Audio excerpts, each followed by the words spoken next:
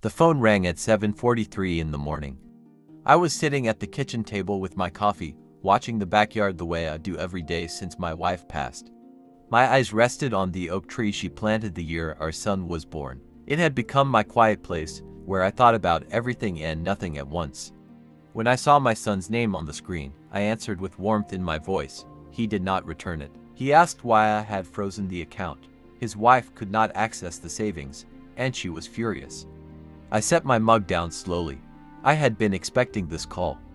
Not hoping for it, expecting it. There is a difference. I told him to come over for breakfast and to bring his wife. He resisted at first, but I insisted and ended the call. Then I walked to my study, where for the past 3 months I had been carefully putting together the most detailed record of my life. This situation had started more than a year earlier. My son had asked me for help with a down payment on a house. They were short by $40,000. I agreed to lend it, not as a gift, but as a loan. We set clear terms. He would repay $300 a month with no interest. The money would go into a joint account so we could both track it. It was simple and honest. At least, that was the plan I knew. Months later, I logged into the account and noticed a withdrawal I did not recognize. $800 had been taken out. I called my son. He said he had not touched the account and admitted things were tight but promised to make his payment soon. He said nothing about the missing money. I decided to investigate quietly. Over several days, I reviewed every transaction.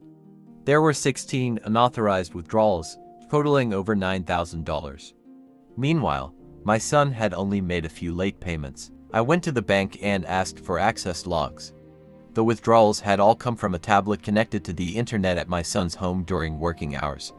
My son was at work during those times. His wife worked from home. That night, I did not feel anger. I felt disappointment. I remembered the first time I met her, how kind she seemed, how much I had trusted her. But sentiment would not solve this. I needed clarity, so I waited and gathered evidence. I set alerts for every transaction and documented everything. Over to more months, the withdrawals increased the total loss to over $13,000. At the same time, I noticed things that now made sense. Expensive furniture, a vacation, plans for home renovations, all of it connected. I consulted an attorney. He confirmed this was an authorized use of funds and possibly fraud. He advised me to continue documenting and wait until I had the full picture. During this time, I also watched my son more closely. He looked exhausted, not from work alone, but from stress. He mentioned financial strain, but seemed unaware of the real problem. That realization changed everything. This was no longer just about money. It was about protecting him. I froze the account and completed my documentation. My attorney also discovered something important. My daughter-in-law had a history of financial misconduct at a previous job, which had been quietly settled. The next morning, my son and his wife arrived for breakfast. I served the food, but no one ate. I placed the binder on the table and asked my son to read it carefully. As he turned the pages, I watched his expression change from confusion to understanding. When he reached the total written in red, he went silent. Then he looked at his wife. She tried to explain, but her words did not hold up. My son quietly denied ever approving those withdrawals. I showed them the agreement and the access logs.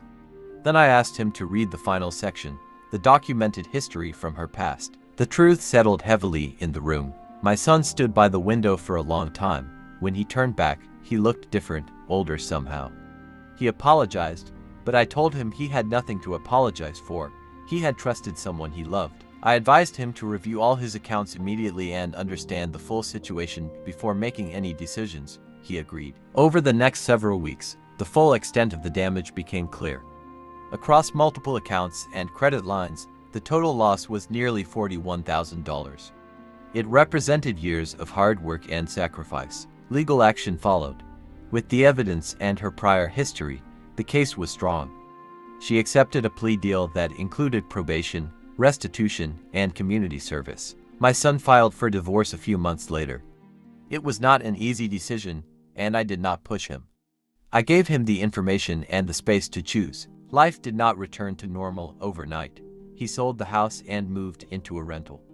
We began having breakfast together regularly. Slowly, things improved. The exhaustion he carried began to change into something steadier. Recently, he told me he had met someone new. There was a genuine smile on his face, the kind that comes naturally. I saw hope again. I still sit at the kitchen table each morning, looking at the oak tree. It has stood there for decades, growing quietly through every season. It reminds me that growth does not stop, even after difficult times. There is something important in all of this. When something feels wrong, trust that feeling.